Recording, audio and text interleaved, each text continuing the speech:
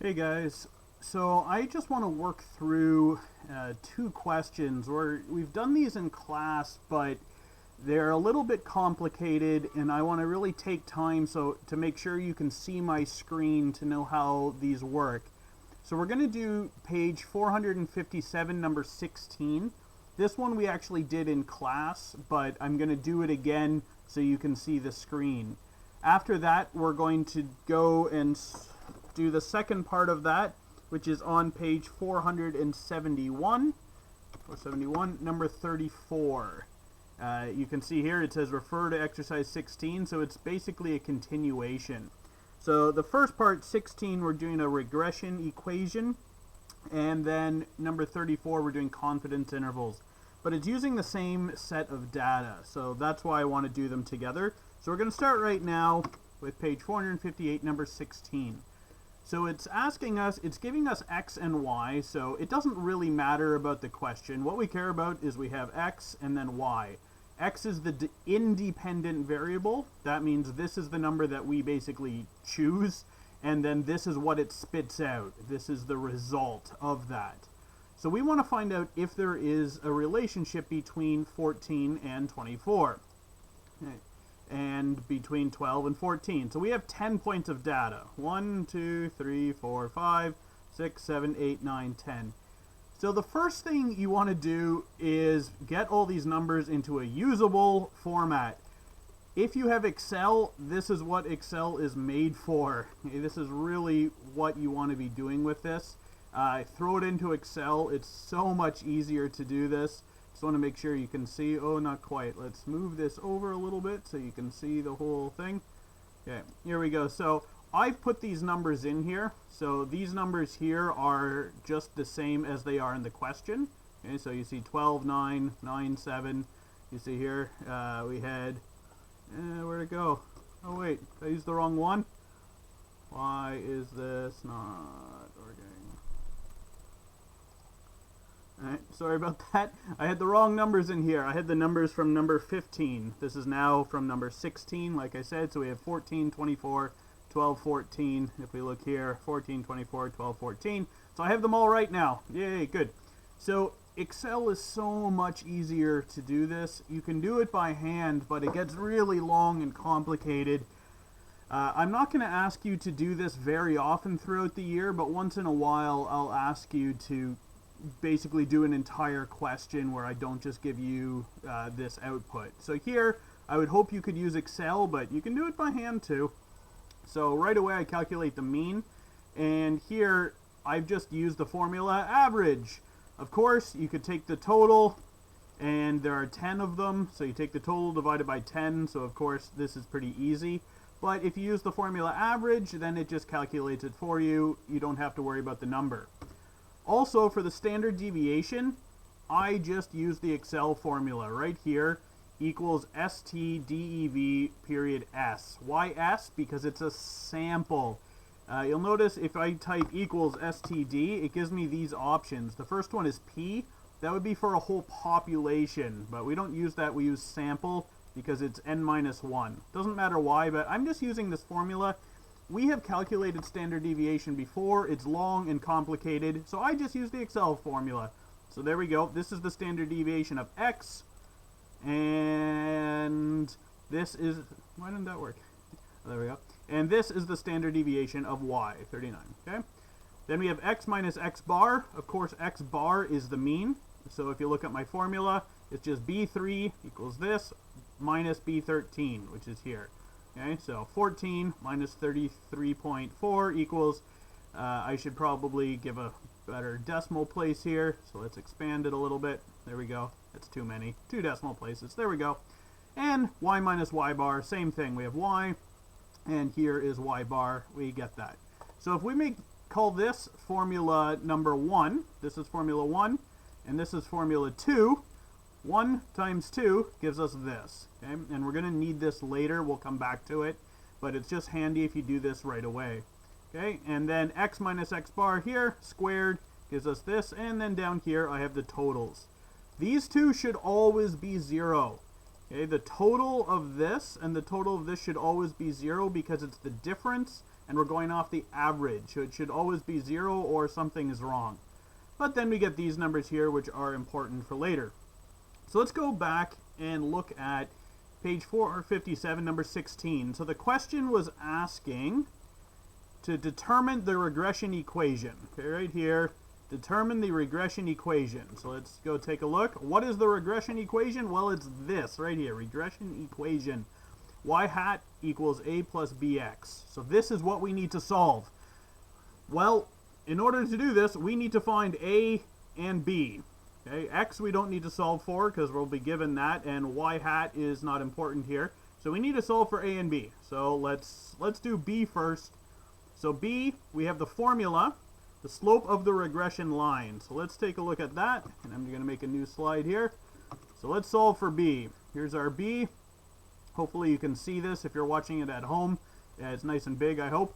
So we need r. Well, shoot. Okay, we don't have r. All right, so let's go. Okay, here's r. So let's go and solve for r, because we can't do the rest yet. So let's solve for r. So here we have r equals the sum of x minus x bar times y minus y bar. Well, if you remember, you've seen that before. If we go back here, okay, here we have x minus x bar, x minus x bar, same thing. And here we have y minus y bar, y minus y bar. So this times this equals this. Here's the total. So our total for this times this equals this number, 6176.6. So 6176.6. That is the top number. That's our numerator. N in this question is 10, because we have 1, 2, 3, 10. Okay, this is 10. So n equals 10. N equals 10. And Sx and Sy, well, those are right here. Okay, we've calculated them just using the Excel formula, but if you need to, you can do that by hand too. It's just long and boring. So we take these numbers, so 17.684, 17.684, and 39.79. 39.79. Okay, so we take these, and let's do the bottom part first. So we get, using just a calculator, using the calculator, we just take the bottom, so we get 9, because it's 10 minus 1. 9 times, and then the two standard deviations, 17.684 times 39.79. We get 6332.82. So this equals, so the numerator equals 6332.82. 6332.82. Okay, and we already said this is the oh wait, sorry, this is the numerator. This is the denominator. The denominator. Okay, so then we just divide them out. Come on, did I spell this wrong? There we go. So we just divide them out.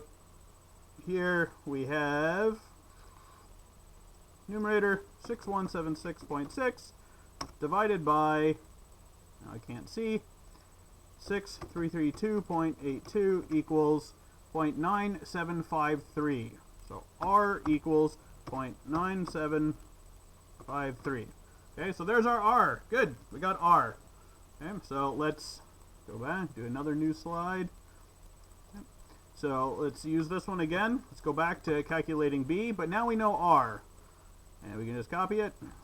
R equals this. We've already figured that out. R, good. Sy equals, we go back here again, standard deviation of y, 39.79. 39.79. Sx equals x, standard deviation x, 17.684. Yes, we did already use these numbers to get r, but we're using them again. Okay, and we just put in those into the calculator here. I'm just using Windows calculator. It's not very complicated. So we had Sy, 39.79, divided by 17.684, and then multiply that times 0.9753 equals 2.19. So B equals 2.19. Okay. Alright, so we have b equals 2.19, so let's go back and look at our formula. So we got b, now we need to solve for a. So here is our formula for a. So let's do that one now. Throw that here just so we can remember it. So we want to solve for a. So in order to solve for a, we need y bar. Well, that's pretty easy. Y bar is, wrong one, here. Okay, y bar is the mean, 61.1. Okay, so we have a equals 61.1, because we just did y bar, minus b. Well, we know b, we just solved that. It's 2.19, it's right here, b, we just solved that. And x bar, so again, x, mean of x, 33.4, so 33.4, and we just solved that out. So let's do that again, calculator, 33.4 times 2.19, okay, so we get 73.146, so we have 61.1 minus 73.146 equals negative 12.046. Okay? Negative 12.046. So now we have a and b. And if we go back, this is going to be our formula. A regression formula. And I'm just going to grab these one more time just so I can remember it. Okay. So there we go, a and b. We got a and b done, which means we get y hat. Our formula equals y hat, where I'm looking for, well, I'm not going to type y hat right now because I don't have it handy, but y hat, should be y hat, not y, but whatever, equals negative 12.046 plus 2.19x. So there's our answer to 16a. Okay, this is our regression formula right here. Okay, that means whatever value that we have of x, this is how much we're going to get of y. So in this case, x is the number of contacts that were made. So then for part B of on number 16, this is page 458, it says determine, let's pull this up on the screen, determine the estimated sales if 40 contacts are made. So if we made 40 contacts, so in this one we're going to say x equals 40, how much money or how much sales would we expect to have? So we just throw that into our formula. Okay, 0.046 plus 2.1940, and that equals, put it in here again, 2.19 times 40. That minus, remember it's minus 12.046 because this is a negative here. So we get 75.55. 75.55.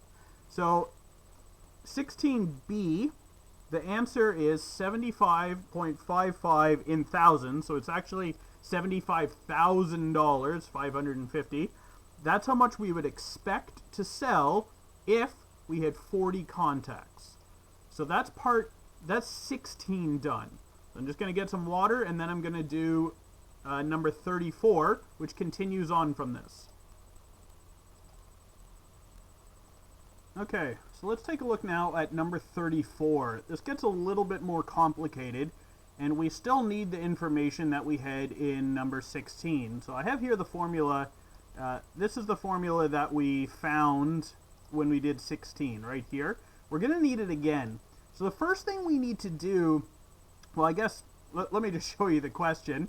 Okay, so here we have, number 34 is on page 471. Down here, 34. Okay, so it says, refer to exercise 16. Determine a 95% confidence interval in thousands of dollars for the mean of all sales personnel who make 40 contacts. So the important thing here is it's all sales personnel. Everybody. Part B is for a particular. It's just for one. Okay? So we need a confidence interval, and you should be able to see very quickly. This is a confidence interval. You can see it because it has plus minus. It's going to have an interval. And this is for the mean, which means it's more than one. So this is going to be for part A, and this one here is going to be for part B. So for part A, we just care about this one. So we have y hat, which we can figure out without too much trouble, plus or minus t, which is easy. This is where it gets hard. We have the standard deviation of y given x. We got to solve for that. So this is the formula here. This is called the standard error. We've already talked about it if you were paying attention earlier. So here we have the formula for this. And you'll notice we have the sum of x minus y hat, not y bar. And this is where this gets to be a little bit of a pain. So I'm going to show you how this works. So we're going to go to Excel. Remember, y hat is this. This should be hat. I can just write here hat. This is y hat. So this is the formula for y hat, which means we need to use this in Excel. Okay, so I'm going to copy this, and we're going to go to Excel. And we're going to make another one here. So we're going to have here, this is y hat, just the calculation of y hat. Okay. So our formula, let me just throw this here. Whoop, it's a little bigger than I intended. Let's put it here just so you can see it. Okay, so there's our formula. So this equals negative 12.046 plus 2.19 times x. Here's x. Okay, so there's our formula. So this is how we get y hat. Okay. If you want, you can put brackets to make sure that it's doing it right, but it should because it always does multiplication first. Okay, and we just drag that down. So these are, y hat is the expected value for a certain amount of x. So if we have 16x, we would expect to get basically 23y. Now we actually got 30. We expect to get 23, but actually we ended up with 30. So this is what's called an error. Okay, we're off by 7. So we need to account for that. So we're going to have y minus y hat. Y minus y hat. So what's the difference between what we calculated and the actual? Okay, so we take all those. So this now we have y minus y hat. And that's good, we're getting closer. But you remember here, it's the sum of y minus y hat squared. So we then square it. Squared so equals y minus y hat squared. Take those. And then, of course, we want the total. So we want the sum. Okay, so here's the sum. So the sum of y minus y hat squared is 693.536. We'll go with that. 693.536. So at the top, so we'll put numerator is 693.536. Did I remember right? Yes, got it right. 693. Yeah. Okay. So there's the top. N, of course, is still 10. Still 10. So this is easy. So we take then, using a normal calculator, for this formula here. So we have 693.536 divided by 8, because it's 10 minus 2, equals this. And then we want the square root. So we take the square root, 9.31. Okay, so we have x plus y equals 9.31. Okay, so this is our standard error. Alright, so we have our standard error of x given y equals 9.31. That's right here. Let's keep going here. So I'm going to just ignore this one for now because we're going to be using that later. And I can get rid of this stuff because we don't need that anymore. So we got this number. That's what we care about. So let's do t. So t in this situation, let's keep it a small t. T, we have a 95% confidence interval from the question. Okay, here, okay, 95% confidence interval. And this is a one-way test. How do we know it's one-way? Because we're dealing with regression. It has to be a one-way test. So in this case, it's n minus 2, n is 8, or n is 10. So we have a degree of freedom. Degree of freedom equals 8. And of course, it's 95%. So we have t, we go to our t tables, confidence interval here. So we have a one-way test, 95% right here, confidence interval 95%. And we come down to 8. Okay, that's 2.306. So it's 2.306. Okay, just right like that. Okay, so we have now T and we have S. We know N is easy, that's 10. So we need this X minus X bar squared. And if we go back to our Excel, we have that already. X minus X bar squared, sum right here, 2,814.4. So 2814.4, 2814.4. Okay, that's the top. Sorry, it's a mistake. That's not what I wanted to do. Ignore that. That's for down here. That's for down there. 28.1. Okay, so this is the bottom part here. This is the denominator. This is the denominator. It's this part here. That's the total. Up here is going to be what we're actually using. So from the question, X in our question, from the question here, it said we're dealing with 40 contacts, which means X equals 40. Okay, this is from the question. X equals 40, and X bar equals, same as before, X mean 33.4. Okay, so we can do that right now. We could do X is 40 minus 33.4, 6.6, and we square that. So we get 43.56. 43.56. That's the numerator. Okay. So if we take these two together, denominator and the numerator, so we get 43.56, that's the top part here, divided by the bottom part, 2814.4. We're going to get a very low number. Okay, so that's right in here, 0.01548. Okay, equals 0.01548. Okay, yep, that's the number. Okay, so that's this part, and then we add 1 over n. Okay, so 1 over n of course is 10, so 1 divided by 10 is 0.1. Oops, 1 divided by 10 is 0.1. So we add that to 0.01548 to get this number. So that's all the stuff in here, and then of course we want the square root. So let's take the square root of that. So it's 0.3398. That's in here. Okay. So let me just make a new page. Move all this stuff.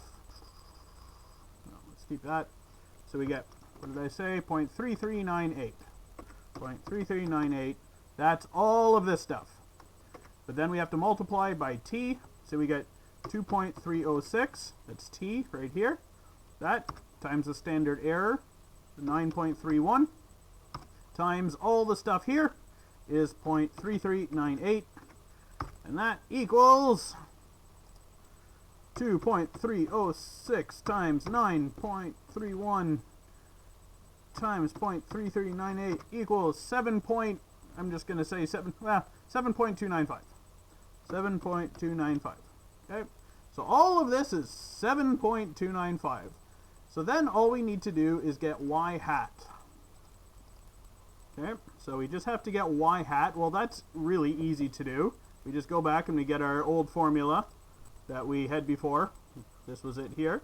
This is our formula for what y hat equals. So let's throw that in here. Y hat is this. So we just need to solve. And in this case, x is 40. Again, why is x 40? Because here it tells us that x is 40. It tells us, so we just sub that in. Negative 12.046 plus 2.19 times 40. And 40.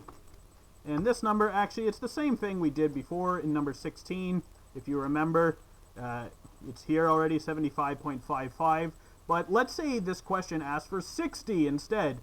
You would just change this number to 60. But we already did this, 75.55. 75.55. Okay. So here, now we have our y hat, and we have our plus or minus. Okay, so then we end up, delete all this stuff, just need y hat.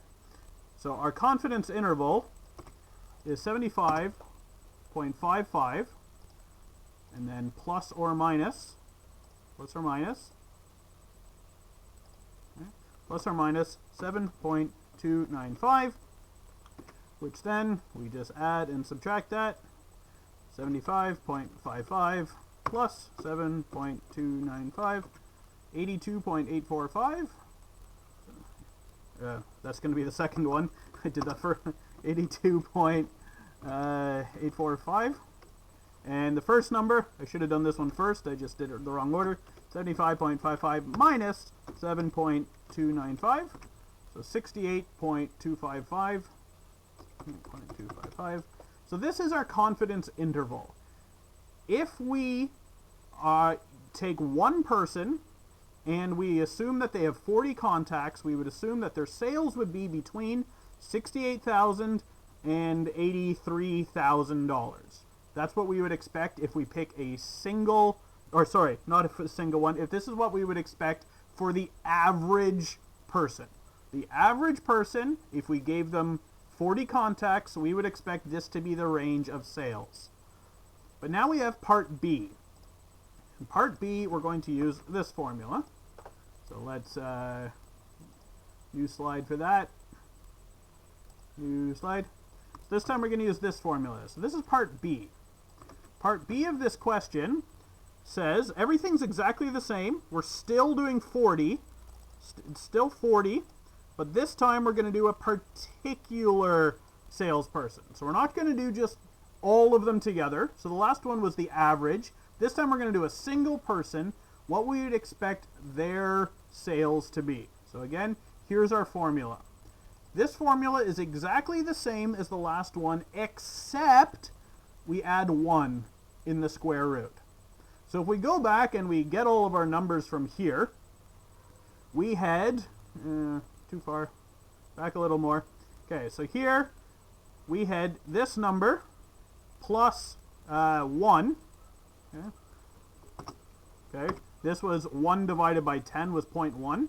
So 0.1 equals 0.11548. This was all of these things in here. Okay, so I'm just going to grab this number, including the point. Okay, so this was what we had in here without the 1. And then we're adding the 1 because we have a new formula. So this, pretty easy, 1.11548. Okay, and then we find the square root of that. So 1.11548 square root 1.056.